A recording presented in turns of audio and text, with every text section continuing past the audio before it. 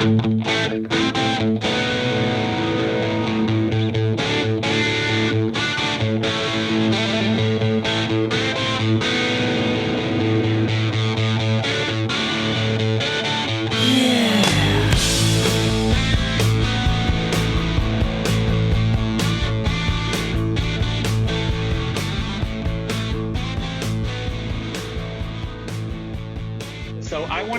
I wanted to cover a couple things really quickly. There's one thing, there's sort of a theme that's been stuck in my head for the last few days, which is a little bit scary. But um, I think that when we get down the road, and when is down the road, 3 years, 4 years from now, this is one of those moments. And there's a funny story too. I remember hearing, sorry to go off the topic already, but I heard Ozzy Osbourne one time on Howard Stern. And he goes, Howard, like 9/11, it's one of those moments that no matter where you were, you'll never forget it. And Howard says, oh, really, Ozzy? Where were you? And he goes, I don't fucking remember. So anyways, um, so I think 3, 4, 5 years from now, you're going to be kind of looking back at this moment and thinking, wow, this coronavirus thing had a massive impact on my business or my life or my career or whatever it is. And the only thing I keep thinking of, or the biggest thing I keep thinking of, is I now can control what that impact is, whether it's a positive impact or a negative impact on my business. And I know I make it sound easy. I always do. I'm a very positive guy. So I always say, we can do this, rah, rah, rah. But I keep looking at my business and just thinking, again, I've said this before, if I were to develop my business today, and create my business today or recreate it today, how would I do that? And my company, we're actually stepping up and doing exactly that. We're reinventing our business based on today, without disrupting it, without completely flipping the world upside down. So I think we all need to kind of do that. Like 3 years from now, what do I want to be looking backwards at? And it's gonna have an impact. And some of us are going to look backwards. Maybe me. Maybe I'm making all the wrong decisions right now, and I'm going to look back and go, "Holy shit, that was a nightmare! I lost everything. I lost my business, my house, my car, my sanity." But I'm trying to do everything I can right now to make sure that's not the case. So that's number one. Number two thing that I wanted to mention is Matt sent me one thing, which was there's two new coalitions that I've seen. One was sent to me today by Matt, which was headed by Live Nation, AEG, Broadway League, and some other companies, where they all basically signed something that went into the government, basically telling them help our industry needs a lot. Our industry was the first to be out of work and will be the last back to work. And, we need support. And it's not we as in they need, social welfare or whatever you want to call it, loans, free money, whatever. It's that our businesses, our industry, the people in it need help. And we need you to be looking at this as a massive employer and as a big problem. So that's good. And, I'm sure that when you have massive public companies, I guess AEG is not a public company, but when you have big companies like that working together, good things happen. So I don't think there's a name for that coalition, but Matt, actually, maybe I'll share the link to it, and then you can take a look at it yourself. The other one was one that I saw called Go Live Together, and that one was started by Freeman. Which, anytime a company the size of a Freeman starts a coalition or a public sort of groundswell, it just looks a little bit self-serving. I don't know. I mean, I've paid Freeman so much money for drayage fees and stuff for trade shows, and I always wonder if that's a good thing or not. But they appear to be making a little bit of noise with this thing. They're getting some people tied into it. I think they had 500 businesses or something connected to them when they went live with that. So I don't know if other people have more of those things that you want to talk about, and I'm going to shut up in a minute. And then very recently on a call with someone who is actually on this call, I was told that at least one of the massive behemoth promoters out there, has officially canceled summer. So there will absolutely be no shows in summer by one of the two massive promoters. That was said today, and Wiseman probably knows a heck of a lot more about it than I do. But so yeah, that's it. That's really all I had to say for right now. I had a question. You talk about alliances and organizations. I had someone ask me today if I had read in Billboard, the article in Billboard, which I did. I had not, and I haven't seen it yet, and I haven't had a chance to look it up. That's the one actually that I was talking about. Was it something about a coalition or unionization of workers? You know, I mean, so a lot of our industry is union. A lot of it's non-union.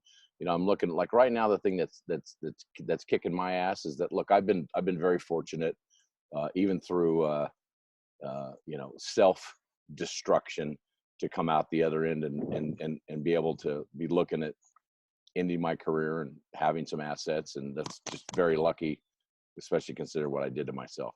But at the end of the day, a lot of people, you know, aren't that lucky, and a lot of there's really no, like, a lot of the independents. When I was talking to the guys in my company, just as a reference point of numbers, we have 3,500 approximately full-time employees at PRG, and the number of people that was put down as independent contractors, which served, you know, anything from rock tours to, you know, you name it, whatever we do, was almost 5,000 guys out of work just in our area, right?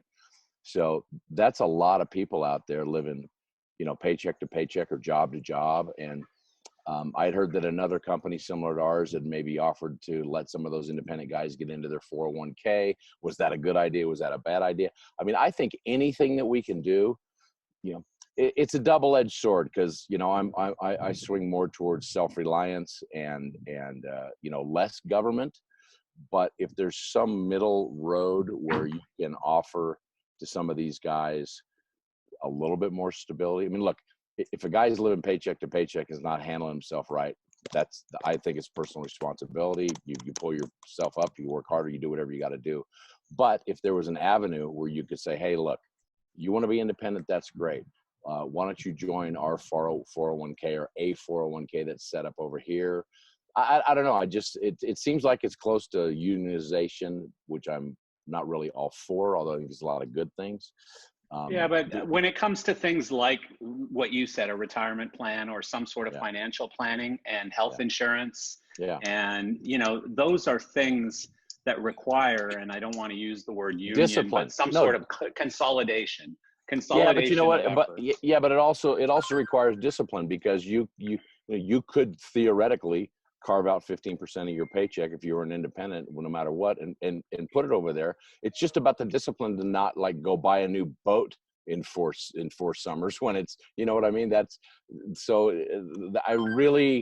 I don't have a conclusion. It's just kind of throwing it out there. It's like, I really go back between, you know, personal responsibility and, you know, some people, if they're offered a framework, they might gravitate towards that, and it can be helpful to them. Because at the end of the day, if you got a bunch of 65-year-old roadies that don't have any money because of their own lack of personal responsibility, coupled with the inability to have any kind of help or guidance on the other side, those people are going to be supported by the government and our tax money anyway.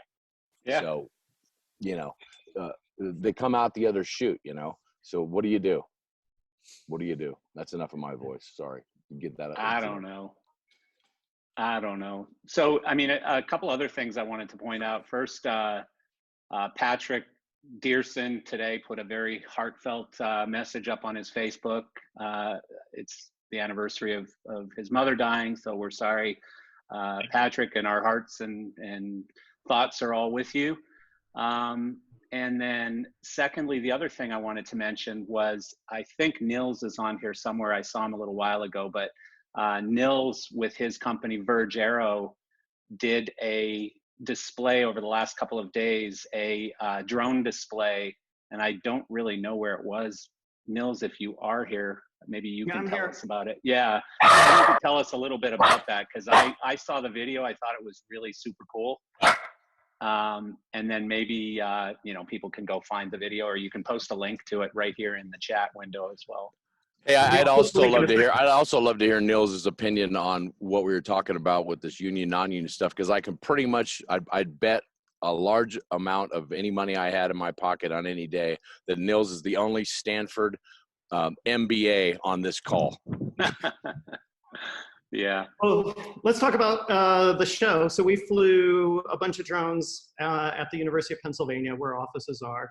And there's a football stadium right across the street from the two hospitals there. And it's not like we have anything else to do at the moment. So we thought we'd try and do something nice for the medical workers. So we just did a show with a bunch of thank you messages and kind of different bits and pieces. It was and so cool. So cool. It was incredibly well received. I mean, there were Yeah. like nurses crying and this kind of stuff. I mean, it really had quite an impact on people. I was kind of taken aback by that. You look Yeah. great, Nils. They really Congrats. appreciated the gesture. Yeah. No, it was very, very cool. And obviously, thank you for doing that. Seeing the people lined up along the sidewalk and stuff, looking up and taking video and pictures and stuff was so cool. So No, yeah. it went over really well, and our technology has come together at just the right time, because it was the first show we did that was 100% perfect. Sometimes there's like a random drone here or there that doesn't cooperate, but like we had 100% Wow. operation. So that was a really Well, nice. It was Of nice course milestone for us. course it's on the free one though, right? Yeah, of course. Why can't you do But- that when clients are paying? But it'll happen in the future, because now we fixed those bugs, so it's all Yeah. good. It's all good. Yeah. I just want to know. I just want to know how Chris Asen feels about Gavin Newsom. That's a good one. No, you Wind don't. him up. No, you don't. No, you don't. No, you don't. Yeah. Chris is a little upset about that one. Yeah, well, you can add me to that, because the governor in my state follows Gavin Newsom around like a lost dog. Right? Yeah. Doesn't he? He He's does. He's a fucking pussy. Mm. Oh, now I'm getting fired up. I'm gonna mute myself. Hang on, I gotta mute Chris. That's funny. No, the thing about Vegas though, or about Nevada, and I say it like a Canadian, Nevada, sorry. But the thing about Nevada is obviously you have this slightly loopy mayor in Vegas who's got bigger balls than the governor does, and she's a woman. And I love her. yeah, She's no, nuts. she's hilarious. I mean, she's very entertaining and everything else, but she's Well, a little, she's just taken the other extreme to Yeah. counterbalance that extreme. I No, but really what think I that's love what they're- she's doing. what I love about what they're doing in Vegas, though, is they're actually, and maybe either Gumper or Patrick, or I don't know if there's any other Vegas people on here, but you could talk about it a little smarter than I could. But they've really created an actual plan that they've documented. This is exactly how we're going to do it. This is how we're going to have people safely congregating and have people gambling safely and all of those things. Well, and what's smart not about that and the what's virus is the most dangerous thing about gambling, by the way. yeah. But And what's smart about that, what's smart about what they're doing with that, is that there's actually an underlying kind of strategy, I believe. So instead of going, gosh, complaining and complaining and complaining about not being able to open, what they've done now, if they've said, hey, we want to open, and here's our plan. So it puts the government in a position where they actually have to rebut what it puts them on a complete, it flips the script. So now they've got to tell you why you're wrong and why you can't do it. And they might actually even get into a conversation of, okay, well, some of those are good ideas. And then the wall starts to crack a little bit, in my opinion. I think first Yeah. in line wins. I think that whoever comes up with the plan, whether it's the government or it's the private, or I guess the companies, those are the ones that are going to win first. Yeah, know, but Patrick, what they've done is they've started the conversation. Instead of sitting at home with doing nothing, waiting for Newsom. Yeah, yeah. They've now they have to respond with why that's wrong, and then they've gone from a power position to a negotiating position. They've gone from all-seeing powerful dictatorship of this is what you're gonna do. Like our governor of Nevada came out today and said, well, we're going to open up when I think it's okay. It's like, hey, motherfucker, you're not my father. You're not my nanny. I'm not a kid. Don't talk to me like I'm a child. Tell me we're going to shoot for May 15th. If there's a problem before that, we're going to probably have to readjust. But don't just say when I say it, like, fuck you. Sorry. Yeah, no, I mean, this is the What do you mean frustration we're having here is that we keep getting these, well, it's a 4-step process. But there's no dates. It's all open-ended. I mean, so unless you are going to start paying everybody their salary, you can't do this for an infinite amount of time. There has to be an endpoint, and there are going to be some restrictions. We got that, but I mean, and then the other side is the legality of what is a non-essential business and who dictates it being closed or not. So that's I'm interested to see how that's going to play out. Well, and yesterday the U.S. Senate came out and said there will be no more aid or packages or bailouts without liability attached to it. In other words, what we talked about a few sessions ago, where, if you can sue anybody for anything, we've already established that. I'm living proof. All right. So if they got to take it up a notch on the disclaimers or the waiver of your rights, etc. You can't have a concert and have 15 people probably premeditated to sue you for whatever to get because it's cheaper for the company to write a $15,000 check than go to court. That shit's got to stop. They got to have indemnification. Featherstone brought it up a month ago. I thought it was a great call on his part.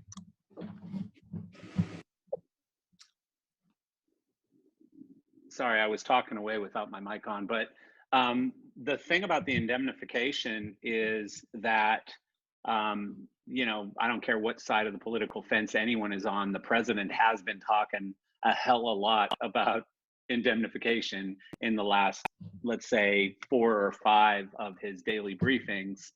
And I think that's a really good thing. So I believe the very first thing that he's going to concentrate on is the food industry, which is becoming a little bit sketchy right now.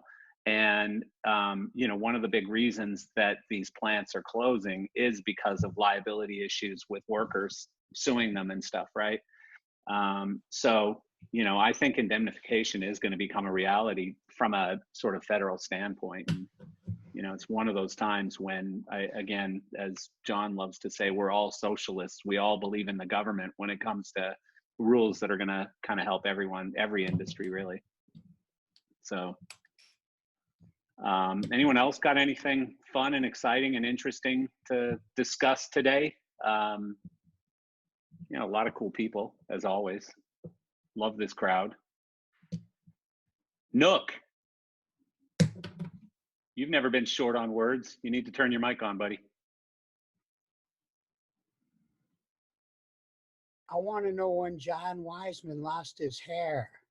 I have not seen you in forever. You live in Nevada now? Yeah, I'm living up in Tahoe. I've been up here about 7-8 years. Oh man, that was the best 10 years of my life. Yeah, you know what, buddy? I tell you, the hair was on the way out. I just decided to finish it off because it looked so pathetic. It was pretty bad. It was like when I first tried to grow my first mustache. My dad looked at me. I was about 19. He said, "It looks like a football game." I go, "How's that?" He goes, 11 on each side. I went, "Okay, great." That's about what I was down to. Good to hear your voice, Nick. Always a big fan. Always a big fan. So it's been really cool watching. I mean, as an editor, I get every press release in the world now. So I see everything that every company's doing for everybody. And it's pretty funny. Now, yesterday I was talking to Guillermo, one of the Mega brothers. They come up with some wacky ideas. And like everybody, they're trying to self-purpose. And he goes, "Well, here's what I'm doing now, Nookie." And I was like, "All right, hit me up." And he goes, "I'm putting UV rays on moving lights, and I'm putting them in banks and churches to run during the nighttime to decontaminate stuff." And I went, "You go, brother." Whatever. Oh my goodness. So anyway, that's the latest friendly rumor I had that I thought was interesting.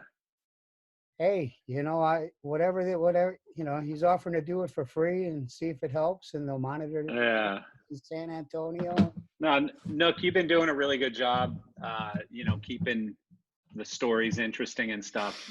From your standpoint, I love some of the stuff you're pulling forward.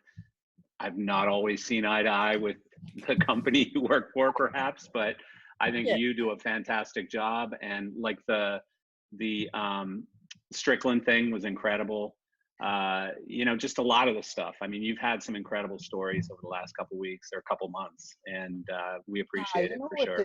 The best thing about I have two things that are, one thing that's great and one thing that's bad. One thing that's really bad is I have to write the obituaries, and Steve Irwin passed away. Yeah, that was no good. A 25-year friend. No bueno. Yeah, no bueno. But then again, the good things are, my biggest columns are the legends. Whenever I can find a legend and just sit down, and then all of a sudden I'll get 40,000 hits if I'm talking to Cosmo or something to write a story about him. But the real old fellas, the Peter Morses, the Mark Hogues, the guys that are now 70-year-old production managers, there's a lot of big guys out there. It's nice to see. It's nice to see all these faces too. Yeah. Barry Cook locked in the boiler room basement?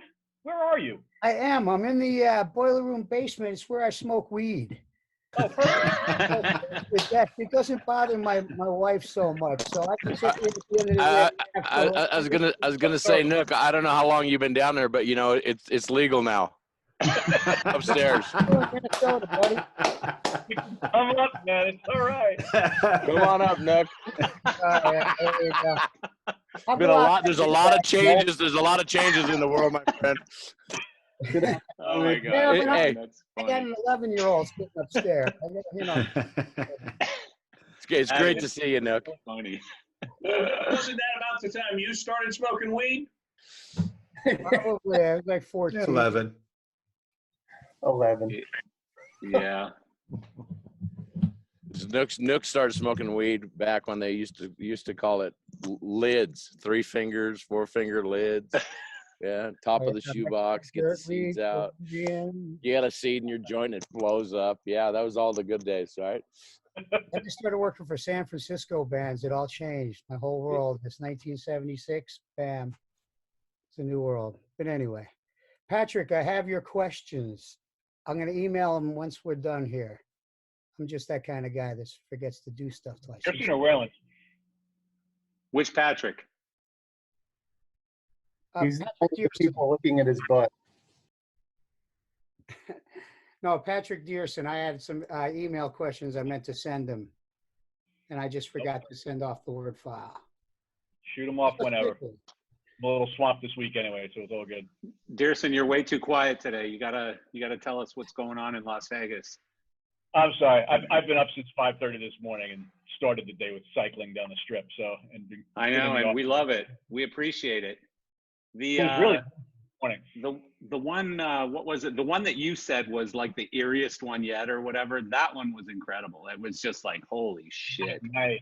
Yeah, so I think it took like 10 minutes or 5 minutes before you even saw another car in that video. Oh, yeah. It was crazy. It's insane. There was nobody around. It was literally in the middle of Las Vegas Boulevard for the majority of the ride. Insane. And it was really it was wild. like 1 a.m. or something, right? We went out really late. I think we headed out at like live in Vegas? Huh? How many people actually live in Vegas? I don't know. We've got Some people. several million. I think it's. I want to say Clark County is 2.4 million. I was gonna say it's got to be a couple. It's got to be a couple million because they control the whole state of Nevada. Whatever happens, it all comes out of Well, the Vegas. good live wide. But it's like 60 of us live on the Strip. There's nobody that lives down here, which is kind of the beauty of it right now because I've got the place to myself. But it does really feel like I am legend at times because I go out there just the only person around. Wow. Don't start setting traps. and then I head out and I jump in the car and go to the store and head out to the suburbs, and it's just a madhouse. Like everybody's out, everybody's going to to Costco and Albert's is hitting all these stores and liquor stores, and it's completely populated. There's a million people on the road.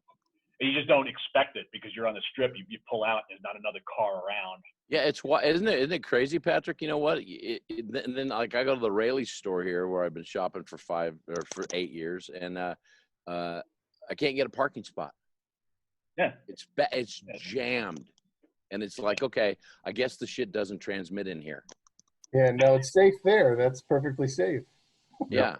Yeah. I was, Hey, I saw Ben Richards on here. I had a question for Ben, you know, talking about touring and whatnot. I haven't seen a cancellation from your upcoming tour, and Motley Crue. I talked to a couple of those guys yesterday. I mean, look, it's virtually canceled. They just haven't said so yet. That's a standoff between promoter, insurance companies, and band right now. But I'd be curious, Ben, have your guys thrown in the towel officially yet? Looks like he's paused right now. Yeah, he shut his video off. He's so, still on. Oh, Yeah. Hey, I'll take that so as a John, no. It matters John- in these contracts who shuts down, who blinks first, right? Cost wise. I you know, I don't know. I'm not a lawyer, although I've spent a lot of time with them. I just, you know, it's posturing at this point. You know, everybody knows that the Motley Crue, Def Leppard thing's not going to happen. You know, you just know it's not going to happen. It's in June. So that means you got to rehearse in May. That means you know, when I say rehearse, I don't mean production rehearsals. The band's got to get together and rehearse. But does that mean, John, that we have, God forbid, another Motley Crue comeback next year? I think so. I think so. All right. Hey, you know what? It's not really a comeback when you never really go away. Yeah, that's true. Well, and I'm sure Vince has got to be pissed off that he had to get in shape for nothing now, right? I wouldn't bet that he's in shape. Yeah. I was going to ask this group: are there any gigs coming up that you guys can talk about? That I've heard of a couple product launches in June that are happening, but without audiences. I just want to see if there was any gigs coming up. Nobody wants to talk on this call because Wiseman has already threatened to Take steal all the money. customers and I'll stuff. go right? after everybody. No, I won't do that. You know what? I got to tell you, Eric, I'd love to hear that. From me, I got nothing. We had a big call this morning, and the real focus is, you know, I'm the eternal optimist, man. I'm always thinking and hoping for the best for everybody to get back to work. And I always thought, okay, it's got to be the end of May. Well, maybe it's going to be June, maybe 4th of July. 4th of July is a really big one, right? Then I went off to the conventions, right? It's got to be the Democrats, the RNC, and the DNC, right? And then, you know, what I keep kind of focusing on today is, Jesus Christ, I hope they don't cancel Coachella. That's in August. I mean, excuse me, that's in October. So I can't tell you right now one gig on any level other than, you know, like a live streaming. NASCAR in Memorial Day weekend is not a live gig. I was talking to my baseball friends. No, it's live, but it's without fans. Yeah, but without fans. Well, that's the dilemma that MLB has right now. Is they're talking again. I talked to a couple friends of mine that actually play for the Giants. And I talked to one of the announcers yesterday, a guy named Mike Krukow, and he just said, we just don't know. They went from having the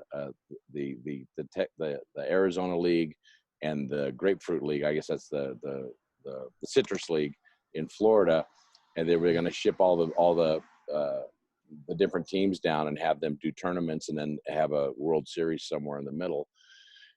That's now gone to spread over to 3 stadiums, but then they're saying, well, they can do it with no fans. And then MLB says, well, if there's no fans, there's no revenue. We can't pay you guys what the contracts were. So it's just a, you know, one thing. Don't baseball tickets cost like $6 though, or something, or $20 or whatever? But and then the World Series would be in December, right? That's what they were saying, John.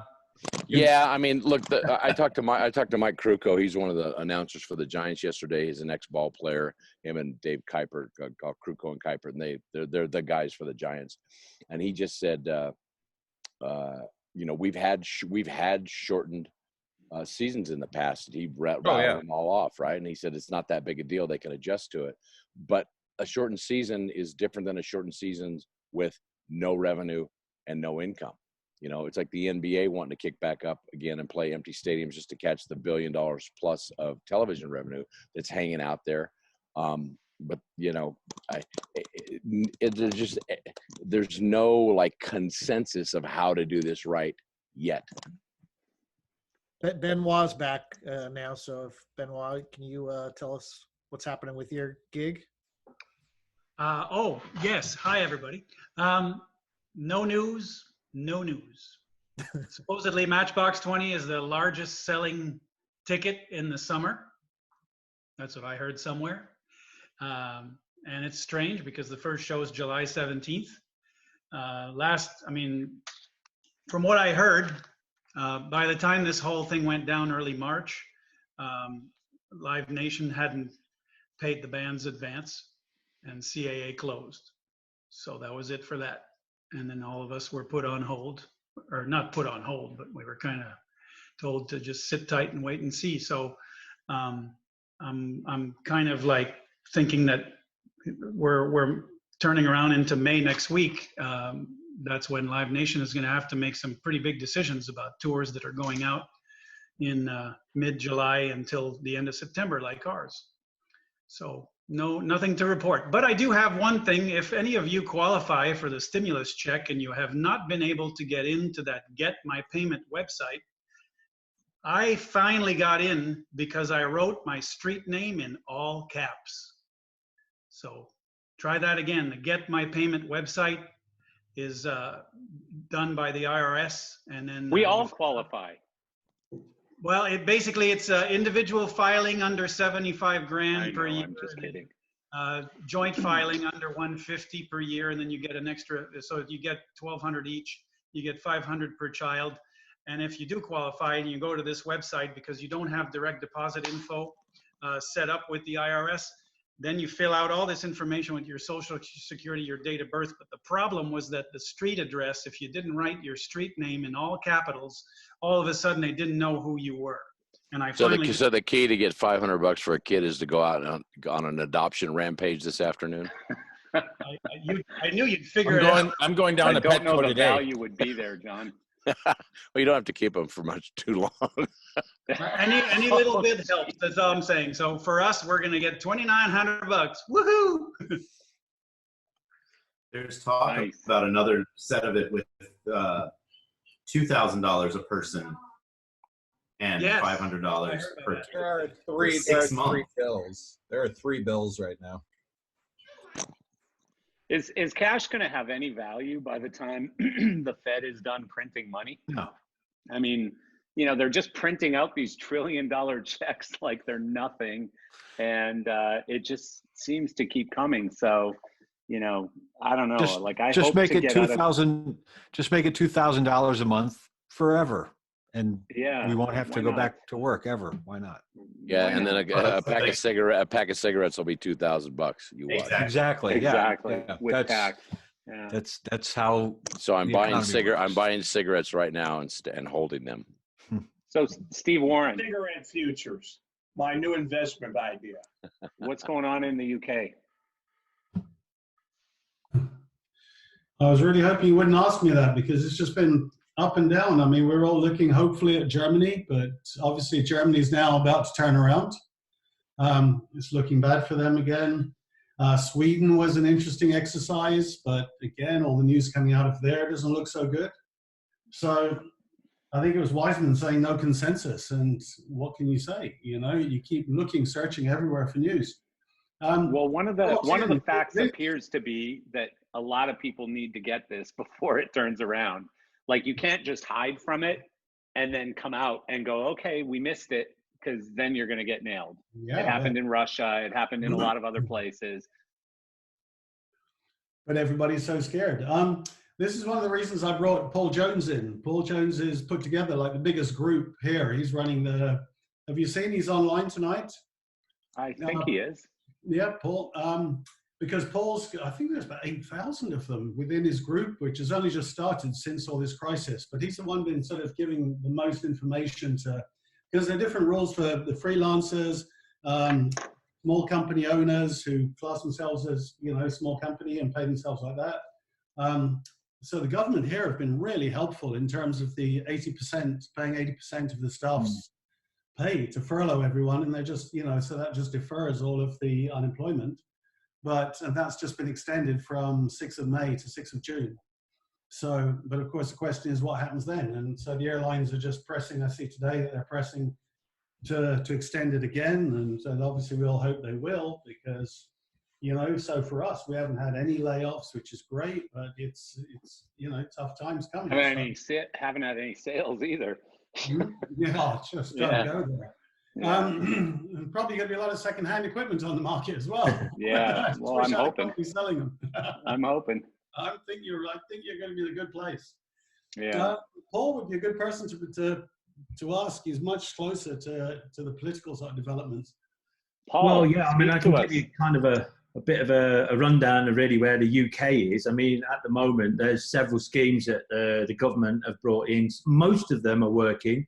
Some of them are pretty dreadful. They've got this job retention scheme for sole directors, so limited company sole directors, where you're like the only person, but you employ people. And that scheme's clearly not working. There's just under 3 million people that have fallen through the gap, so they're getting nothing. There's absolutely no help for them available at all. I set up a little Facebook group about sort of 6 weeks ago. So my last job was supposed to be St. Patrick's Day, and that's it's quite a big deal. It's in Trafalgar Square in central London. We do a lot of sort of local government events there. And that event was supposed to be on the 15th of March, and then it kind of stopped. It was just, they rang us on the Friday. The trucks were outside the unit, ready to go. They just said, no, that's it. We're not going ahead. So the weekend, I was kind of at a bit of a loss. I could see that this was kind of the start for me, because the way we see it is that the mayor's office in London have always said that London is open. That's their big tagline. And the moment that they closed that first event down, that was saying London's closed, So, and it was a knock-on effect then. You start to see things very, very quickly escalating. And my idea was that I know hundreds of people. I employ quite a lot of freelancers. I have companies that we do business with. And it was like, well, let's get a little forum together. We can all talk to each other, help each other, and find out the information that we need. And that started off with just a couple of hundred people, and there's now just under $9,000, which is just phenomenal. So I've ended up like 3 colleagues from the industry giving us a hand from different corners of the industry. And what we're doing now is collating as much information as possible just to give to people to see what's happening within the industry, from government departments, from lawyers, from accountants. Because the problem with Facebook is that, here in the UK, we've got 66 million people. At the moment, we have 65 million of those people are either economists, virologists, or they're epidemiologists. They've all got opinions and they know everything, And it's like, oh, it's from a reliable source. Well, the reliable source is Tracy, who's the hairdresser, whose brother's father's sister's uncle knows somebody that's an MP. And that's where the source is coming from. So it's not reliable. So we put it all together, and every day, one of the things I do every morning is I'm trawling all through the government reports, legislation, looking for signs of positivity, the things that will move us forward. It's not great, the idea is to give people positive information. Steve mentioned about this furlough scheme that runs till June, but the Chancellor's made some comments sort of about 48 hours ago that as from June, they will start to slow this back to start bringing people back to work. Now, whether or not that happens, I don't know. But our industry, as we're all saying, will be one of the last, the large-scale mass events. My personal opinion is the UK will not see a mass, large-scale event, anything above a couple of thousand people, period, until the end of the year, until we get into next year. It's just not possible. We've got multiple experts. We have these safety advisory groups. They come in, they're doing all the work that they can. Lots of industry people, all the associations working together to try and come up with, ingenious ways. I mean, we are incredibly resilient people. The whole industry globally works really well together, and we're used to working in adversity, and that's where we are now. And the idea is looking at, like Steve was saying, Europe-wise, what's happening in Europe. I mean, there are some good things happening in Europe. I don't know if anybody saw the concert in Denmark with people in the cars. Has anybody seen that?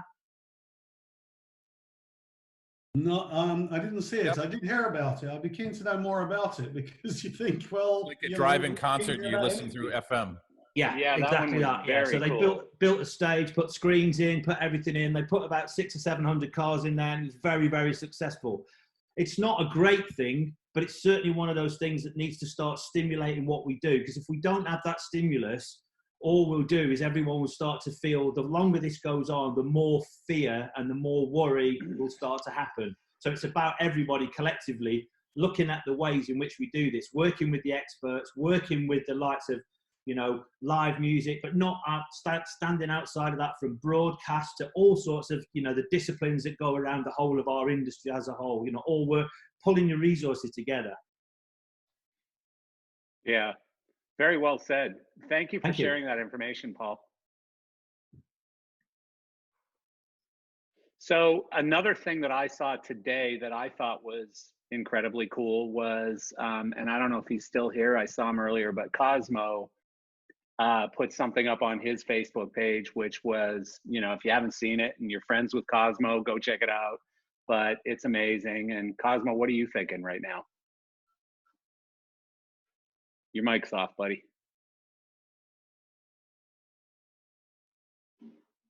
Oh, shit. Your mic's on, but it ain't coming through.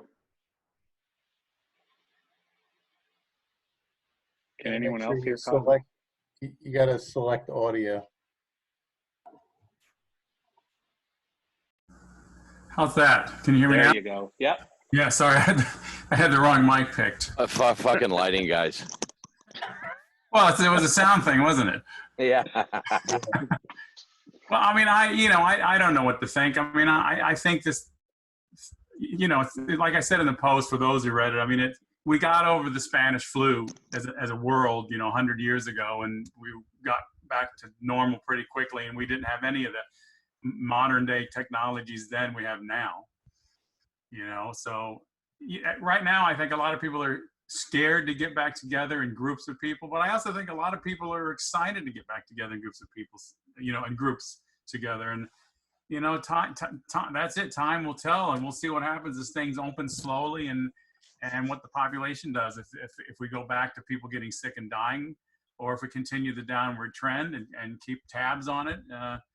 You know, it's the one thing we've done this blanket thing over the whole world. You know, it seemed to work in China.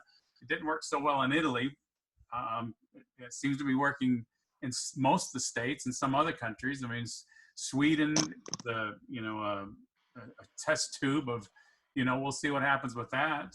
You know, that's it's just gonna, you know, this whole thing is hindsight's 2020. We're gonna look back a week from now and go, oh, we should have done that, or we're glad we did that. And you know, it's hard. It's really, I think it's just really difficult to estimate what's going to happen, when we're going to get back to work, you know. But as far as I'm seeing right now, it looks like for the most part, we've kind of peaked, and hopefully we keep this downward trend.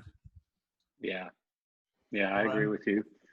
From what I'm seeing in some of the other calls that I've been in, going directly what you're talking about, Cosmo, I think the TV and film world looks like it's going to come back pretty quickly. They're trying to find ways to put stuff in so they have less people on set at any given time, or a way to make the sets safer.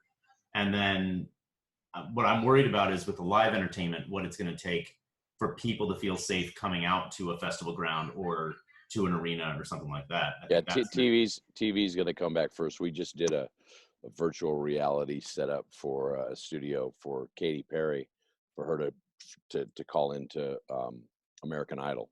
And so, you know, that's not enough to float the company. I don't think it's going to be a trend that's going to stick and become new. But like you said, it's live's different, but TV is going to be first, I think. Well, yeah, because that's a very controlled environment where you can check everybody there and have more of an idea of who, you know, testing and you taking temperatures and stuff like that. I mean, I don't know. Last week I was speaking to a few people about, you know, Aerosmith coming back and doing a residency in Vegas. I mean, at least it's a smaller. It's a 5,000 seat theater, but it's a smaller venue.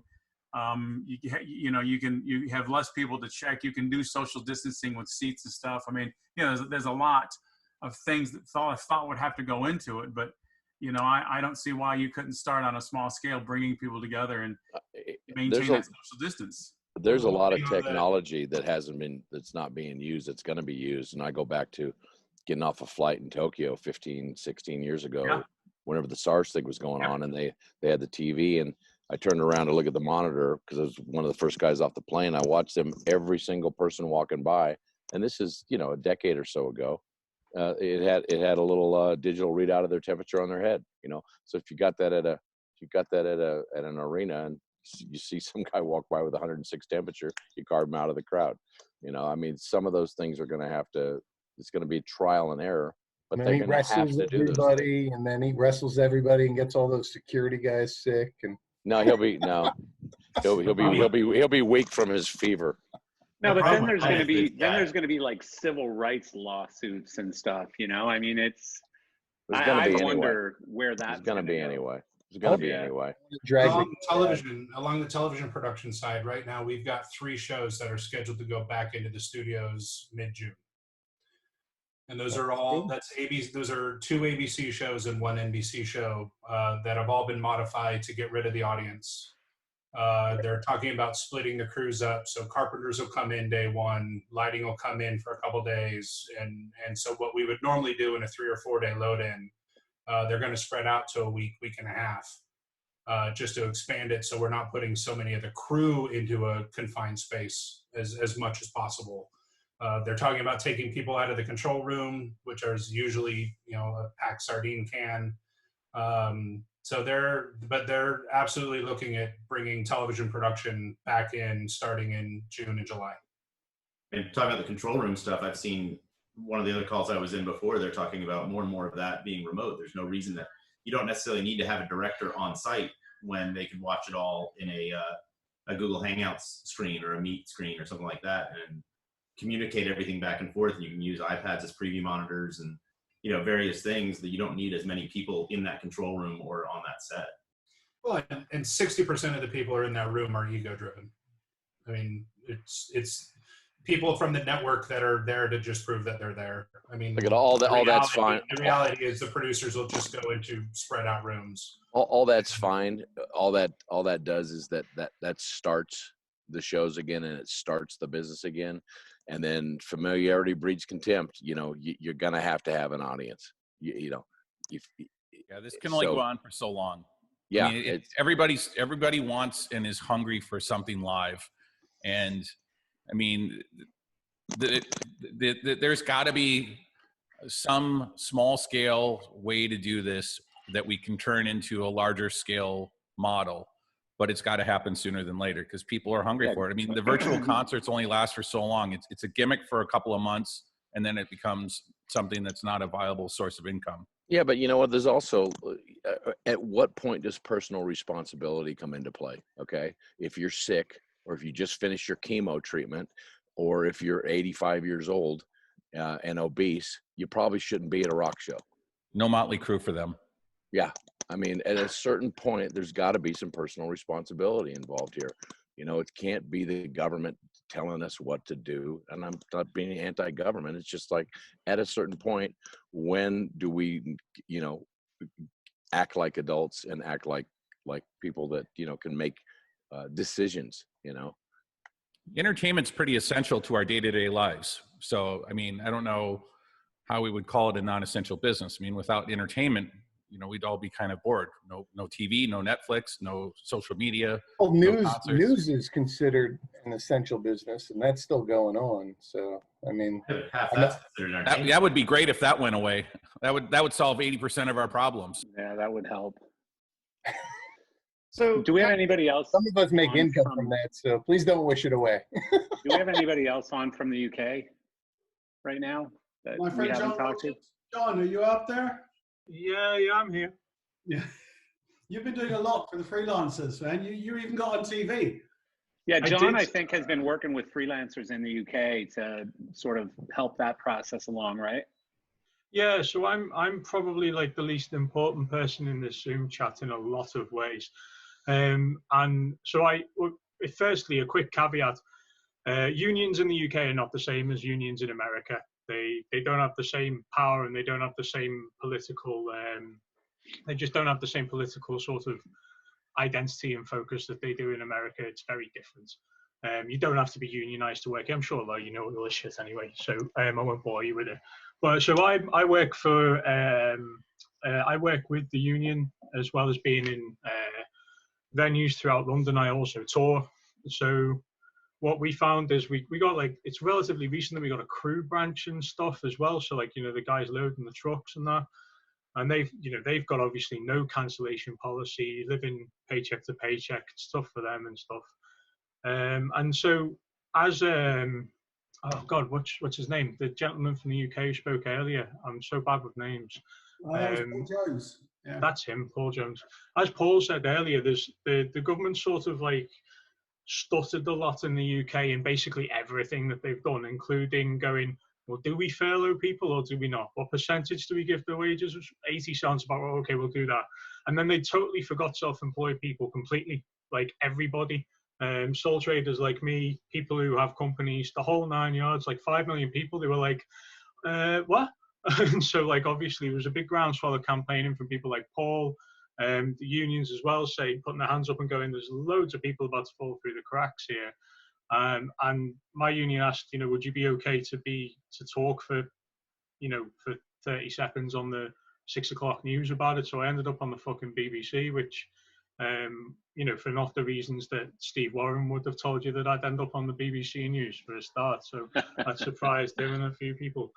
So yeah, and basically that the union's pretty good because it's got it's a big umbrella union. It also does like civil servants and people like that. So it's got people's ears in the corridors of power in the parliaments in the UK. So they're pretty good at lobbying. So they got in the right rooms with the right people, as well as lots of trade associations like the PSA were all saying the same thing, which is like everybody from a fucking Uber driver to to the big shots in our industry were just overlooked. And it was like, well, you're gonna have to think of fucking something. If you're taking the regular workforce and paying 80% of their wages and you're just doing nothing for 5 million people, that's a disparity that's too far. And a lot of people are going to end up on benefits, and that's not going to cover their bills. And then a lot of people are going to use the American phrase, foreclose on a lot of financial agreements. Lots of people like who run companies, they have asset finance. Those bills don't stop coming. Roby's not going to care that you've got 12 mega pointies in the warehouse that are half paid off because there's no, well, maybe they do, but like you couldn't blame them if they'd be like, well, fuck you, declare bankruptcy or fuck off. You know what I mean? Because I'm sorry, I'm from the north. So has anyone else ever tried that method? By the way, I don't know if that works. Well, you guys probably know better than me because you're the guys who actually work in big companies. I work for people who work for people who work for people like you. So I'm very much the boots on the ground guy in all of this. But as you might have guessed, a gobshite, and therefore end up on the news and making the most noise. But we've seen some movements, we've seen some progress. I don't know. So what specifically have you been able to do for, like, has there been any progress as far as what we call, I guess, gig workers? Yeah, for sure. Like, so quickly the government sort of went, okay, well, we need to do something for self-employed people. So they said, okay, so self-employed people are going to get 80% of their profits over the last 3 years, which sounds good, but isn't great. And that covers a lot of self-employed people, but not the people Paul alluded to earlier. You can own your own company in the UK, make that limited, and therefore if you have 3 quiet months, you don't lose the house because it's the company's assets are separate from your personal assets, and people do that. But there was no provision for that sort of setup. There was just provision for people like me, who's a sole trading freelancer guy who doesn't own a company. So they just sort of keep stuttering. They sort of go, oh yeah. And then, people go, well, have you thought about the rest of it? And they go, no, wait, shit. And it's just so sort of stop, start, stutter. We seem to be like 3 or 4 moves behind the rest of the world, the disease, the current sort of economy of it all. And I think that, like, inaction is what's going to cost a lot of people dearly, not just from a business point of view, but obviously in terms of their livelihoods or indeed their lives, because there's a load of just inaction and blunders and stuff because the people in charge are kind of clowns in a big way. But we have seen them sort of start to make moves and change this, and which is great. Like, but I mean, really, I'm not going to applaud them for it because it should have been done from the get-go. It's not hard. Like, well, I have to say, sorry, John, to cut in. I mean, you say by all means. You say you don't want to applaud them, and even though it is just so bloody depressing, I have to say I feel quite blessed being here in the UK when I think of 80% of the regular PAYE staff, and then, as you say, through people like yourself and Paul pushing and making clear about the freelance situation, and then they added the freelancers to that list, that took a lot of those 5 million into that 80% group. And I think there are a lot of countries that are very envious, especially America, who are very envious of the fact that the government have somehow come in and said, okay, we're going to pick up the bill for at least 3 months, maybe 4 months now. And when I speak to people in Belgium, he said, you know, I spoke to one guy and he's got 25 staff and he said, there's no furloughing here. I've had to let everybody go. Everyone is unemployed. And I said, well, what do they do? How do they pay their rent? He says, well, they go down to the unemployment, and the unemployment pay them 50 to 75%. Now, again, we get very heavily taxed in Europe, you know, 40, 50% tax in places, you know. But at the same time, you think, okay, at least we're now getting some of that back. And when I look at the situation America's in, as far as I can see, it's a case of you can borrow some money and that's it. You're like, you got to be fucking joking, you know? How are you going to keep any staff on your payroll if it's... They did do shitty business loans here as well. I say they're shitty because they're interest free for 12 months and they're backed by a regular bank. And then after that, so say the payment period is like 3 years. The next 2 years, you've got to pay bank interest on it. And the minimum term for the minimum loan was like 25 grand. So it's like, you've got to service a 25 grand debt in 2 years then. And it's like, well, it just doesn't make financial sense. Just think it through a little bit. And I didn't know it was that bad in Belgium, which sounds pretty bad. I guess the only thing people must be bored of the sound of my voice. I think I'll finish it by saying, yeah, I guess if you do pay your taxes and you do pay a higher rate of tax, then, you know, it's for the existence of a safety net. So let's fucking see it then, basically. So I have a question. So Chris McMean. Yes. I think you should do like a daily recipe thing on your Facebook page or something, because, you know, your food pictures, I'm starving to death right now. And you know, I just look at your Facebook page. Pack one of those beef ribs up and ship it down to you. You know, I don't even really eat meat. But the thing is, when I look at your Facebook and Cosmo's Facebook, all I want to do is, you know, eat ribs under the sunset, basically, right?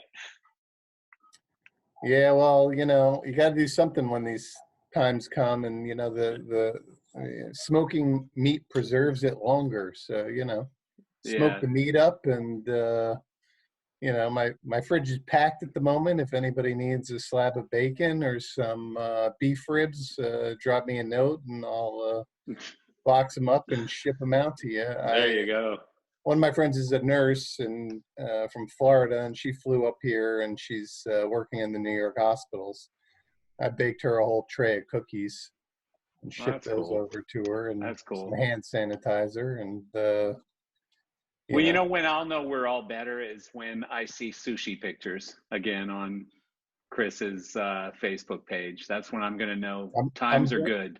I broke down last week and made a trip to the sushi joint. Yeah, I don't care. I'm having sushi tonight because it's my goddamn birthday. There you go. Happy birthday. Wow, dude. Happy birthday. Nice. Happy birthday, Benoit. Happy birthday, brother. Chris, you should do a throwback Thursday to your sushi in Tokyo for the next few weeks for everyone. Oh, I completely agree. Every day I'm like, I just want to leave and go to Tokyo. And Laura Frank, she's in Kyoto right now, and she's just wandering around Kyoto taking pictures. And I'm like, you need to go here. You need to go to this sushi place. Go to this sushi place and go to that sushi place. I remember when you were there, Chris, and every time you sent a picture, I was just like, my gosh, if I come back in another life, I want to be your tummy. It's just, that's it. I don't know if I want to be Chris's tummy. I mean, that's... Yeah, but think of all the sushi that's coming. That's a little weird. I don't want to be Chris's tummy. Or somebody get Richard. Somebody get Richard. I mean, back up you went a around. little He's too going far. You went a little too far, Benoit. So hang on a sec. I think Jamie Brock has an idea. Gotta go. You have a freaking light bulb next to you. You gotta have an idea. He doesn't even have a microphone. Yeah, he doesn't even have a microphone. That's good. But yeah, we all should be cooking and sending food to everybody. I agree. No, I mean, honestly, when you guys are all busy, you don't post anything interesting on Facebook. I got to be honest. But now that everybody's got nothing better to do, I actually enjoy Facebook for a minute. You know, it's less about politics and it's more about what's for dinner and sunsets and, you know, all the things in life that we probably should pay more attention to, right? I think it's weird that you can pick up the phone and call anybody, any of your production friends, and It is amazing, isn't it? It's like, it is So- amazing, except for you, Patrick, because you never answer your friggin' phone. I do. Even now. Yeah. No, really quick. I was in San Pedro yesterday down at the marina and was shocked. There's, I think, 14 cruise ships that are tied up down there, and all 14 of them still have crew that aren't able to disembark from the ships. They're because of rules and regulations. Even Americans that are working on these cruise ships are stuck on these cruise ships that I didn't know about, and they're not able to get off. Some of them have been on there since I think March or February, and they're sending them food. But like, there's a couple of people that live in Florida that are stuck in San Pedro that can't get off the ship. Talk about an industry that's getting their ass kicked right now, the cruise ship industry, you know, because not necessarily because it's an unsafe environment, because I think they're doing an incredible job cleaning these cruise ships. And I don't really necessarily agree that they're, you know, disease cesspools and all this stuff. But the thing is, all their money is offshore and all their businesses are located offshore and stuff because it's cheaper for registration and taxes and all that stuff. But now they got their hand out and they want US federal government money, and they want us all to feel sad for them and stuff. And then the Saudis are putting 750 billion into Carnival, I think it was it? Yeah, their stock went up today. Their stock went up like Carnival? 5% today. Carnival, yeah. Jesus. Yeah, I was Yeah, gonna so, you know, I mean, with the Live Nation investment too, that was interesting. it was Yep. interesting. That Live Nation thing was interesting.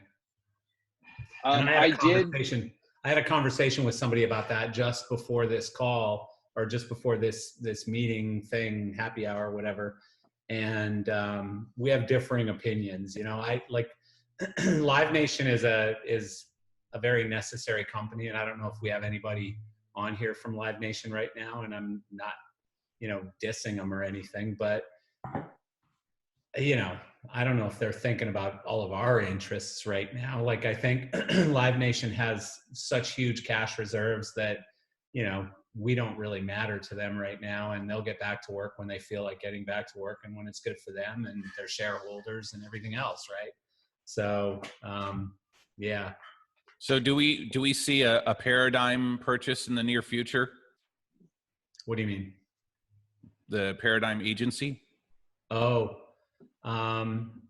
well, you know, I mean, I have a weird conspiracy theory. And is there anybody from Live Nation here? You're a public company, so you have to be honest and raise your hand right now. So I have a weird conspiracy theory that Live Nation's just sort of outweighting all of us, and they're going to buy up scraps at, you know, 10 cents on the dollar. So venues are going to, you know, go bankrupt, and Live Nation will buy them, and small regional promoters or local promoters will go bankrupt, and Live Nation will buy them. And again, I had a conversation right before this with a person much smarter than myself, which isn't that much of a reach. And he said I'm crazy and it's just a conspiracy theory, but you know, I don't know.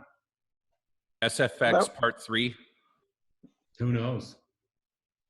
Well, isn't that what that? Crazy Marcel, I've been hearing similar rumors. Yeah. Yeah, that's what that Billboard article a couple weeks ago was about how AG and Live Nation are just waiting for these independent promoters to drop, and then they'll buy their venues or buy their interests in whatever those venues. So the days of independently owned and operated venues are going to be gone. Yeah. So the flip side of all of that is a company the size of Live Nation, who is a public company and does rely on shareholders, and they got to do their quarterly reports and they got to show profits and all of those things. They're not going to, you know, not go to work on purpose just to be able to buy up scraps of companies, right? So I don't know. Like, I think there's a play there. I'm sure they're looking at it. I'm sure you're going to see Live Nation make some acquisitions over the next couple of months, 6 months, whatever. You know, they're bragging about how many billions of dollars they have sitting there ready to, you know, bring into play. And they just got another 500 million, was it, from the Saudis? We can get Jamie Brock a microphone with that money. How long until the speculation of them starting to purchase production companies and bringing that in-house as well then? Yeah. That's what I was saying, SFX Part 3, that when they were trying to buy the production companies, the venues, and the promoters all at once, you know, it's a one-stop shop. You know, Yeah. PRG Nation. Hey. Going back to what Patrick was saying about the cruise ships, I received word today that end of June into July, Royal Caribbean is going to start sending their crews that have been sent away from new build cruise ships back to the ships. So there's a chance I will be going back and finishing projects on ships. You were since I on a wasn't ship, able right, to. when this all started? Yep. Yeah. Yep. So, you know, that's a plus side. If we go back to work, get some money, that'd be great. But Money's I don't good. know if they're really going to be setting sail. I don't know where they'd go. So right now they're just in dry docks in France. I know I missed a bunch of stuff when I was on a phone call earlier, and I apologize if we're rehashing this, but did anybody talk about the fact that the biggest issue, whether it's live entertainment or it's film and TV and movies and all that stuff, the insurance side? How will insurance play into this? Where Well, we talked about the indemnification was going to need to happen to prevent just a slew of lawsuits. You know, whether there's insurance or not, you know, the lawyers are going to sue, you know. Well, and also no insurance companies are insuring for, you know, these infectious diseases or viruses right now. Nobody. So it's going to come down to...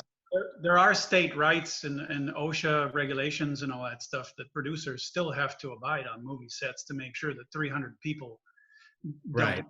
go into. Yeah, but what I'm talking about is tours or shows. No, none of these insurance companies are insuring for infectious viruses or whatever. So what's going to happen, and I think it's going to happen relatively quickly because he's been talking about it almost every day on his daily updates or whatever they're called, is the president is going to push out some sort of an indemnification program. And he's already specifically addressed it for the food industry, but I think there's going to be something for restaurants. There's going to be something for all sorts of hospitality and certainly our industry as well. You know, a lot of people in, you know, the very high ranks of government are specifically addressing, you know, this large events, large social gatherings, large whatever, our industry in their speeches and stuff now. So I'm pretty confident that we're going to see an indemnification being put out there for our industry, meaning that fans going to an event and getting sick won't be able to sue the promoter, the venue, the band, etc., because they got the flu or got coronavirus at that event. Yeah, but I'm talking about the workers. So for us, you know, in the union, to go back on a movie set as a lighting programmer, lighting technician, or a crew guy, just going back on a tour bus with 11 of his funny, amazing friends, that also opens up a can of worms on the insurance side, I think. No, when you're talking about insurance, are you talking about suing the movie company? Or are you talking about health insurance? That's been a big issue right now to get Hollywood restarted, is that there's rumors that we're going to have in our start pack, we're going to have to just sign our life away and say, hey, if I get it while I'm on this production. So in Texas, I was in a call the other day that had folks from NBC, Netflix, Amazon. A lot of them are moving some production while LA is staying a little more shut down. New York maybe staying a little more shut down. Texas is looking at, you know, putting in an express lane. So there's studios in Austin, and the Texas Film Commission is working very closely with the insurers and basically saying that insurance is driving the way that they will open back up and how the rules by which they will allow how many people on set at any given time, how many people in a confined area. That's why I was saying some of the stuff about the directors and stuff being remote earlier, is because I think insurance is going to start dictating that.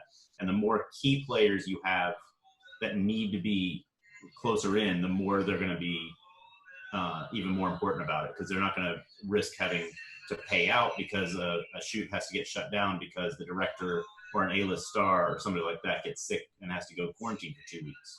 Yeah, and that's the other thing too, is that a lot of chatter as well on certain actors that will just simply refuse to work until there's a vaccine, because they're just not going to put their entire career on the line for that. Then another plan that was in place, or not in place, but chatter about it, was that crews that would go on a TV series or a movie would hunker down in a hotel for 2 weeks and be tested every day, just to make sure that by the end of that 2-week quarantine period, everybody would be ready to work, and then they would stay at that hotel. So basically I would be asked to probably leave my family and still stay in a hotel in LA for 5 months to do a TV series or a movie.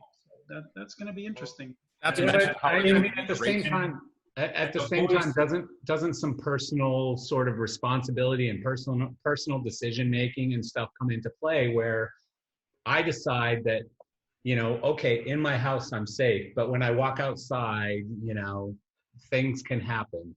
And whether it's getting the coronavirus, getting a cold, getting the flu, getting hit by a car, getting, an airplane landing in my backyard and crashing and burning me up into a million pieces or whatever. I mean, I think at some point people are just that's a personal decision, and everyone has to make that decision. And if I don't feel comfortable to go out to work, I'm just going to have to not go out to work. Oh, the catch-22. The catch-22 happens as soon as I can't answer the question with California, did you refuse any work? And I would have to say yes, and then all of a sudden my unemployment check would stop. Yeah. So obviously at that point, then I'll just have to say, I can't refuse work, because then I'm really going to be in the dumps. I'm going to have to go into my savings, and then the house renovation will never happen. And so that's why, I won't have a choice. I'll just have to, my wife already told me, she goes, if that's what it takes, that's what it takes. Because then you're I just read yesterday that down in Atlanta, because Tyler Perry has such a contained studio campus environment, that he's already rolling out the plans. Oh, okay, yeah, he's rolling that out right now. It's an old studio, but then he's built these cement boxes that are the stages. But it's an old barrack, right? It's an old military base. Yeah, it's an army barracks that he took over, but he's got a freaking like plantation size sets and backups. Yeah, it's wild. They have a building that was created to be a hospital in a movie or a TV series, and now they're thinking of really going into that building and making it a working hospital for the crew. Well, Benoit, you saw that The Voice started loading in this week, right? At Universal. There are some rumors that they were shut down.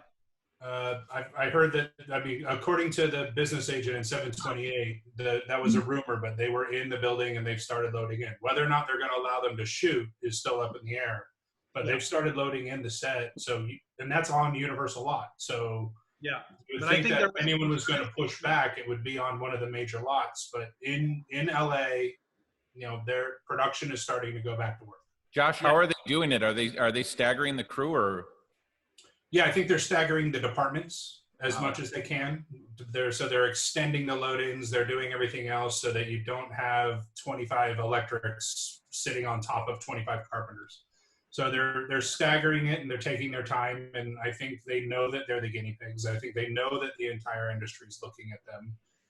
So for the production standpoint, NBC standpoint, from the guys' standpoint, the union standpoint, everybody's aware that they've become the guinea pigs. So they're being hyper vigilant, but at least they're starting.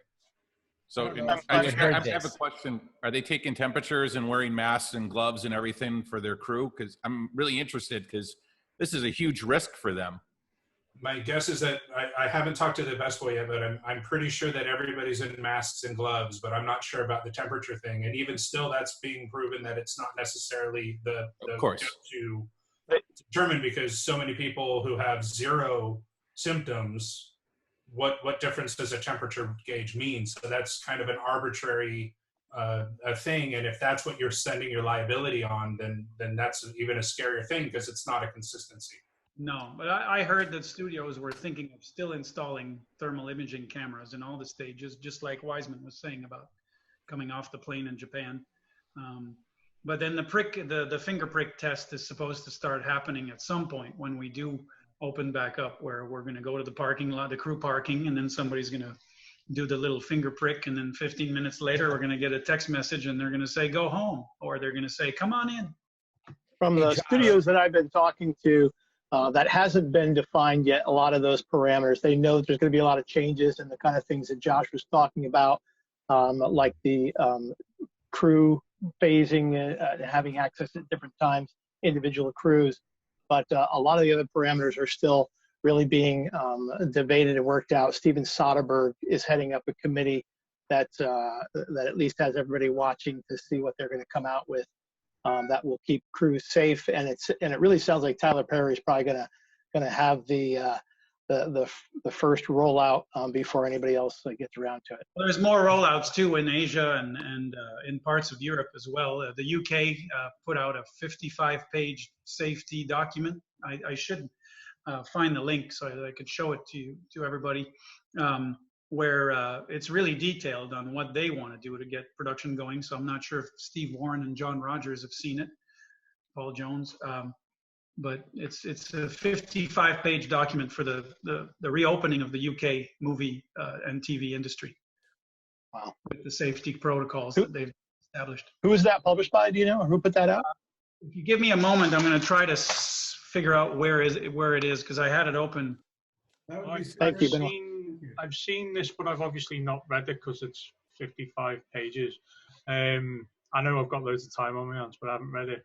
I think testing's key. I can't remember we just mentioned it, but I think we're not doing enough of it. And I think until we can actually say you're good to go or you need to stay indoors for 2 weeks, that's got to be step one. We're just not doing enough of it. I mean, we haven't got Premiership football started back up yet, and they're talking about wanting to have the season finished by the end of June, and that's only a few games. That's not that many games. And it really sucks if you're a Liverpool fan, right? I am a Liverpool fan. I'm a Liverpool season ticket holder. No. First title in 30 years. First league title in 30 years. So second one in my lifetime. And I had tickets to the last 2 home games. Was going to see the trophy get lifted at Anfield for the first time in my life. But that faded away obviously pretty quickly. There's more important things in football, but it's a good test case because they've got loads of money. They can test them. If they can get the games finished behind closed doors, what you've got there is a pilot group of workplaces of 300-ish people meeting, working, testing, safe, move. And if you can do that without an uptick and track and trace those people, and if you can do that well, then maybe it sort of is the point man for getting through the rest of the year. It's a large industry. It takes a lot of our guys to make it work as well. Our film people and stuff like over with you guys as well. Yeah. So maybe they can be the vanguard. Yeah, but I have a question, and Benoit, you make a very good point in with all this liability and people's concerns and health issues and everything else, but I'm sort of on a weird, edgy side of that whole concept where I say that, again, every time we walk out our front door, there are dangers.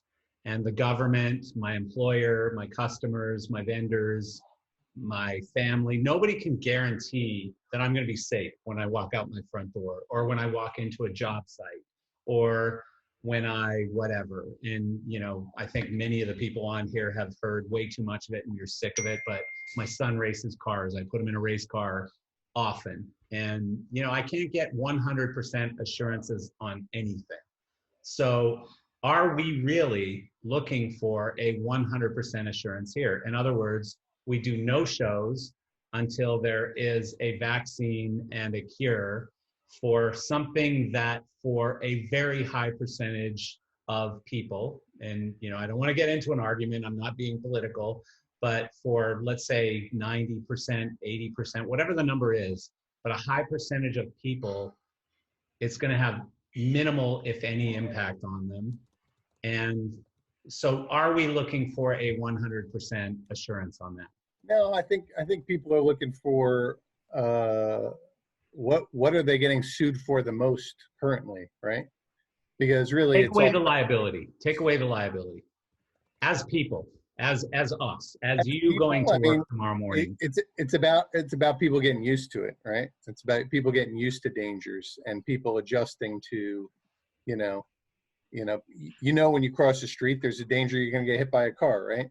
Everybody knows that. So the first time you cross the street, you're a little freaked out by it. Imagine, the first time you're a little kid and you go out there and you cross a busy intersection or you run across a highway, you're like, oh my God, I'm going to die. It's a good way to say it. It's a good way to say it. I mean, because the first time I go back into a grocery store without a mask, I'm probably going to go like, is that guy sneezing over there? What's going on? Oh yeah. But I mean, and that. people just, the adjustment to getting used to, having that around all the time is gonna, is gonna take the adjusting, and as these things come down in numbers, and they tell us to go out, people are still gonna go out slowly. It's their first time after a pandemic, and then there might be a whole nother spike, like Germany's looking at shutting back down, and so then people are gonna get nervous. It's like, the first time you see somebody get hit by a car in front of you, you start crossing the street a little slowlier again, right? Yeah, but let me go way out there and say, is anything really that much different? I mean, in reality, is anything people are still really getting hit by cars? So no, but I mean, 6 months ago, if somebody sneezed on me, would I have gotten a virus? Probably. Would I have survived that virus? I mean, Probably. They're saying some people got it in November, and before that. No, but what I'm saying, a year ago, 2 years ago, if somebody sneezed on me at a trade show, like, I mean, I tend to try not to shake hands with people at trade shows, even though I do it quite often. But I always shake hands, and then I'm very careful about not touching my face or anything. I'm talking 5 years ago, even. And then I'd go to the bathroom and wash my hands. Forever scarred by this. Some people are going to be forever scarred, and other people are going to go back. But is anything really that different? Is what I'm trying to say. Is anything really that different? Because, yeah. I think that's the difference. I think the difference is just in the mental picture.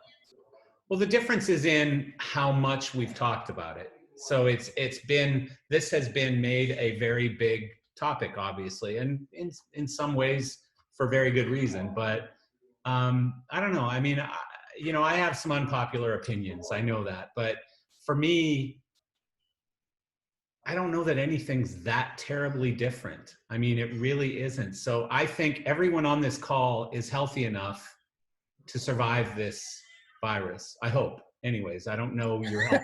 You have no idea. And I've been in the gutter with a few of you, Chris, you included. And so, but I think most of you, if not all of you, are healthy enough to survive this and to basically probably hardly even notice that you got it. And, I'm really looking forward to take the antibody test someday, because I wouldn't be surprised if I got it and if half of you got it. I was just going to say that, Marcia. I wonder how many people on this call have taken. Well, I'm taking the test tomorrow. Oh, are you really? Yeah. So I'm wondering if people are interested to take it, or are you going to go out of your way? I'm interested. They don't have an easy way to take it here. So in Jersey, they just. City.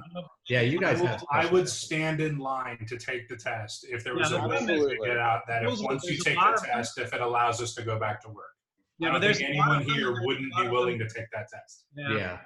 Eric, how are you able to receive the test, if you don't mind me asking? There's a clinic here that does testing, like a Quest Diagnostics clinic, that's offering it by appointment only. It's out of pocket. I think it's $85.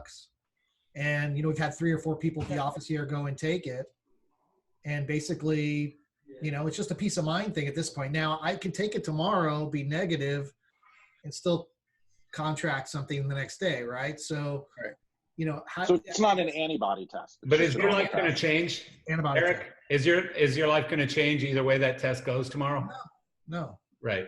No. So the one thing to watch for is there's been a lot of reports that a lot of these tests give false positives and false negatives. Well, not a lot, like 10, 15%. So they want to get it pretty below high 5%. percentage. But, 10, 15% is not that high as far as, 5% is an acceptable number. Yeah. So it's a little bit higher than acceptable. But again, does that mean you're going to go out and lick the pavement? I don't know, Eric. Well, I know several people that have gone, that have gotten sick in the last 3 or 4 months, thought for sure they had it, right? Got tested and they have no antibodies, no proof that they had it, right? But they just probably had the normal flu or they had some other cold or whatever. I don't know, I guess it's more of a curiosity thing for me to just take it and see if maybe when I was a little bit sick in January, maybe I did have it. Oh yeah, same for me. I had something right in end of December, January. We went skiing in Mammoth. Luckily, I was skiing for the whole week, and it just blew away. And then right before the shutdown in early March, we were just finishing Fast and the Furious. What is it? 16 now? No, Fast and Furious 9 reshoots. I think you're on 10 actually. No, actually, that's the last one. Vin has Wasn't been the last one Fast 9? Yeah, so the one that got pushed to release next year is Fast 9. So I just finished that, and boom, I got something else, and it was right at the beginning of March, and I was like, oh no. But I never got a fever, and it just went away. So. The thing is, We like really maybe I'm lucky. Everybody as much as possible. Maybe I'm lucky, but everyone I know who has had it or who has tested positive or whatever, basically has told me it's nothing. Like I could have gotten it and not even noticed it was that much of nothing. And so I really do believe one fact that I believe is out there now that we didn't have maybe a month ago is that for most people, and I would think that's all of us on this call, it's going to have minimal, if any, impact on your life. Most people. But I think we're all still concerned that if we do get it, or if we are we don't want to be contagious around people who are vulnerable, right? So, yeah, but no matter what I was going to say, Eric, because you wouldn't let me finish, is that I'm just kidding. That was 2 glasses of wine. I'm sorry. But what I was going to say is that even if I did think I had it or whatever, I still wouldn't go around like a 90-year-old person who's, got one of those oxygen masks on or something. I'm not going to, but would I go around my kid? Yes, because it's had no impact on children whatsoever. None, 0. So, Definitely has. What's that? Definitely has had an impact on children, and not Yeah, very small. In the UK, we've got 109 cases of children between the ages of 1 and 19. So there's 109 deaths in the UK in children. No toddlers, but 109, and that's from that independent National Statistics Office. Yeah. And that was up until the 17th of April. How many of those had underlying health issues? Yeah, I mean, who knows? Once these there's a statistics all 14-year-old get boy checked. died yesterday as well, then he had no underlying health issues. They're doing a post-mortem now to find out about it. So we shouldn't, I'm not scaremongering here at all, but what I'm saying is we shouldn't be under the illusion that nobody is. Well, let's put it this way. All the doctors I've listened to have said there's virtually no danger or hazard or whatever you want to call it to children from this virus, and possibly even less than the flu, the common flu. Yeah. And so, I mean, at the end of the day, let's get on with it already. Like, honestly, we can be sensible, we can be smart, we can do this properly, but we can't go on forever doing it the way that we're doing it right now. It's all about the mayors of every city and the governors of every state in the U.S. that are determining when large gatherings are going to happen. But remember where their motivation is. They're looking for votes. They're not looking to make the most sensible decisions for us or our businesses. There's nothing to do about it. They're in charge. Garcetti said there's no big shows in LA. They're in charge if we allow them to be in charge. They're only in charge if we allow them to be in charge. If people stand up and go to your local representatives. Mayor Garcetti is also having to deal with a PR problem because he allowed the LA Marathon to happen after other cities were shut down. Like the week before. He's going to cover his ass mode, which is what politicians do. Yeah. So he's not going to be. But I mean, even, the wrong decision. let's face it, even Trump, who 2 months ago was the toughest guy on earth and was like, flipping the bird to everybody out there. he's changed his tune a little bit to where he's trying to follow the popular sort of decision or the popular idea or whatever. He's not being quite so abrasive anymore. And, you know, it's because of politics. It's because he's in his first term and he's wanting to have a second term now. If he was in his second term right now, believe me, he'd have I believe anyways, that he would have a completely different statement right now. But, you know, everyone is looking for votes. These people are all not necessarily doing what's best for us. They're doing what's best for them. My point was large tours. How can you budget and book large tours if you can't play in LA and New York? Yeah, that's a whole different thing. And that's something that Patrick Whalen has been talking about a lot with his spot touring idea. Come up to Ventura. Do it on the beach. Well, good. Patrick Whalen, have you had any more conversations about that concept? Yeah, I mean, we talked about it today. I had a discussion with somebody in Tennessee, and I think Nashville is going to open up. I know Memphis is this week, and Nashville's like next week, where they're going to do some limited seating bars and restaurants. I guarantee you, every solo artist and musician are going to be right back in those places playing, and now they're talking about doing, you know, some very small scale shows and trying to pull them off because these places, the establishments need live music. So, you know, they've got to have something, you know. Yeah. And Austin opens on Friday. there Guys, you go. we just got our new swag in, so if you guys want to hit me up, I'll send you our new swag. Oh, hell yeah. Wait, let's see it, Eric. Hold on, talk again. Test 1 2, test 1 2. Was that an IP? What is that on the front? Mask? The Proteus mask, IP65. Oh my God. These are going to come in very handy for the banks we're going to need to rob soon. Yeah. Multi-purpose. It's more like the burglar mask. I agree with Patrick on that one. Multi-purpose mask. I do like being able to go into the bank with a mask and rubber gloves and them not even looking twice at me. That's pretty funny. Hey, Willie Nelson called. He wants his bandana back. That's funny. By the way, I found the green paper that is being prepared in the UK there for safety protocols on TV and movie sets. There's a huge, ridiculous link there in the chat area that starts with look aside and finishes with the number 8. And I've proven that if you copy that into your browser, it will come up. Thanks, Benoit. Well, thank you. Anyone else have anything to say before we jump out here? Like, I know a very small handful of us have done all the talking, but anyone?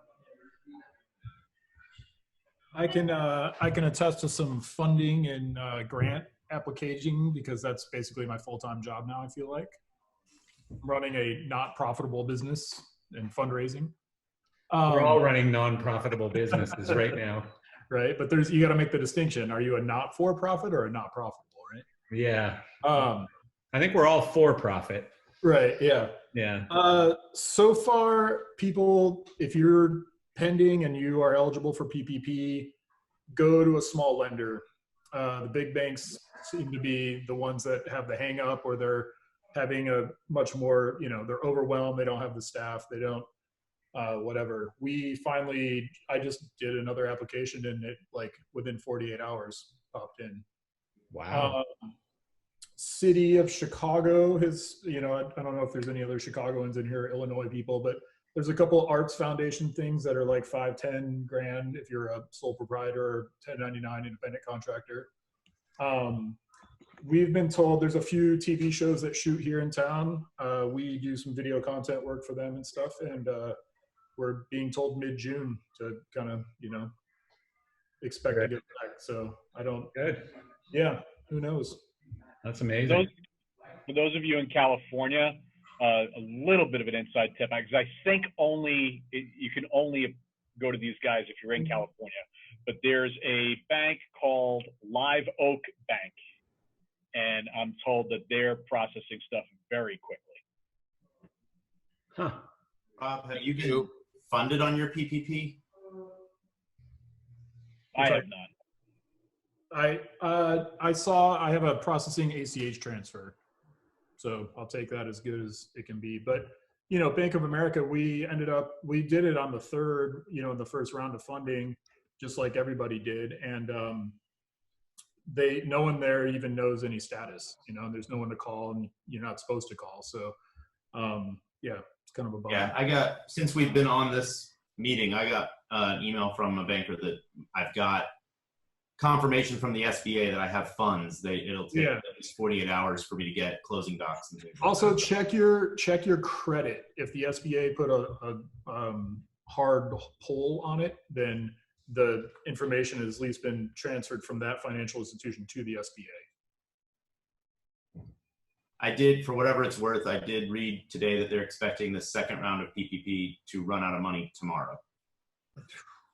That's good. Just got mine while we were on this meeting, my signature paperwork. So yeah, I've heard from a few other folks, not in the production business, but in like trade show, or not production, but not like concerts and stuff. But you know, their big thing now is they've got it, and I think you know, that we were talking about it last week. It's like, but how do you use it in the way that it's intended if you don't have any work for those folks to do? You know, you can only clean the shop so many times and polish the cables so many times. So, you know, but nonetheless, get it, and then you can just give it back.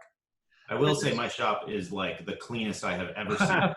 And we've gotten a few extra projects done, and with no rentals being out whatsoever, our inventory is for once going to be spot on because everything's back in the shop and we can count it all. Yeah.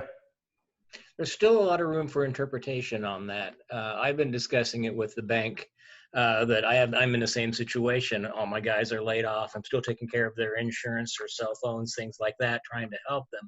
But I can't bring them back because I won't have work for 8, 10, 12 weeks until the shows come back. So I have been arguing with them that, hey, this is my point, you know, that, you know, I can use this money to pay for the insurance and things like that, but I am not going to be able to bring people back until work comes back, or 30 days before, or something along those lines. Well, I think it was Mokri a couple of weeks ago that said, you know, basically spend it and figure it out later. And that's exactly what my SBA rep is telling me. But then Mokri came back last week and said, hell no, I read the paperwork and I ain't doing that. And guess what? He ain't even here this week, so he probably got offed. You know, has anyone heard from Robert Mokri in the past few days? I talked to him a couple days ago. Okay, good. He's still alive. He's still alive. He's actually going to go play a gig, I think, on Friday. Cool. That's awesome. That's awesome. But yeah, he had that plan of just doing whatever and hoping that the rules were going to change down the road. And he went back on that now, and he's that's tough to do when it's the Fed. You know, they can mess with you in ways that nobody else can. Well, that paperwork, from what I've seen of it so far, it says they can change the rules at any point. Yeah, that's awesome. It still says in the SBA guidance, the SBA has yet to issue guidance on how smaller staff or payroll will reduce the amount of eligible for forgiveness. Yeah, they can change the rules even if it doesn't say they can change the rules. That's the norm. And my guess is they're going to end up forgiving most of this on the PPP. Now, the EIDL and that, you know, that's going to be a different story. But not to change the subject totally, and I don't know how national this news is, but have you guys seen that we have a couple state representatives in Illinois that basically got our stay-at-home protection shot down? And I think it's pretty crazy today. Yeah, that was pretty crazy stuff. Yeah. Wait, what's going on? So can you explain this? Yeah, there's a state representative in Illinois. Is kind of like two places. There's Chicago and then the rest, right? And it's really two different lives and lifestyles and economies, and it's crazy. And so these state representatives from like Carbondale and Southern Illinois sued the governor of Illinois and basically said that, because technically he only has the power to issue this thing for 30 days. The 30 days ran out and he didn't cancel it and make a new executive order. He just extended it. And so they got him on a technicality, but a judge in the southern half of the state basically ruled the stay-at-home order is unconstitutional. Well, the other thing is Illinois was borrowing money from the government and doing all kinds of other things. Like, you know, I saw where, I forget what it was, but it was a retired like school board person or something who was given a deal where they're collecting $300,000 a year for life. Yeah. You know, Yeah, was our one of the pension examples I system- saw. Yeah, our pension system is a whole different rat race, but it's. Well, I mean, this is the problem with some states now that are going to the Fed and trying with their hand out and saying it's because of coronavirus, but they were disasters before coronavirus ever came along. And Illinois is one of those, unfortunately. Yeah, I'm actually, I mean, I'm a all over the map kind of ideology person, but yeah, I definitely feel like we should be able to do the bankruptcy route just because if you just do the math, it's really hard. But yeah, and you know, the funny thing about that is I have some friends that moved out of this state due to the, you know, financial picture. I don't think anybody from Strictly Effects is on here, but they like, you know, Mark, before he passed, was like so revved up about the pension thing here. You know, they moved their whole operation to Tennessee. You know, if you know, on the inside track, kind of just because he was like tired of doing business in this state. But yeah, you know, it was funny because people that have moved out are like, we're going to end up paying anyway if the Feds bail them out.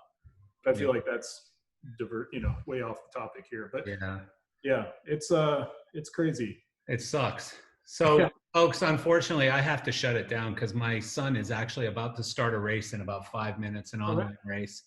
And, but I appreciate everyone. I mean, very amazing discussion today. And I know we all have issues. You know, we're all struggling. This sucks. Everything sucks. You know, I keep saying to everybody every day, I'm working 3 times as hard and making half as much, but I still hang on to this thing where this is an opportunity. This is an opportunity right now to sort of change what that view is 3 or 4 years from now. And I really believe this is an opportunity today for all of us to kick ass. I honestly do. So I hope you find your way. Yeah. Well, thank you very much for keeping things positive, Marcel. We do appreciate it. Thank you guys. I appreciate it very much. And I'll see you next week. Yeah, looks like we're going to need more drinking involved.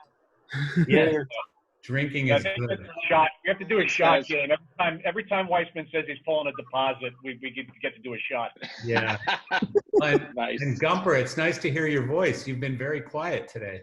I've been hiding, you know. Are you pissed off still that there's no hockey season? Yeah. Me too. Trust me. You weren't going to make the playoffs anyways. Oh, yeah. Bye, everyone. Thank you. Have a good one, guys. All right.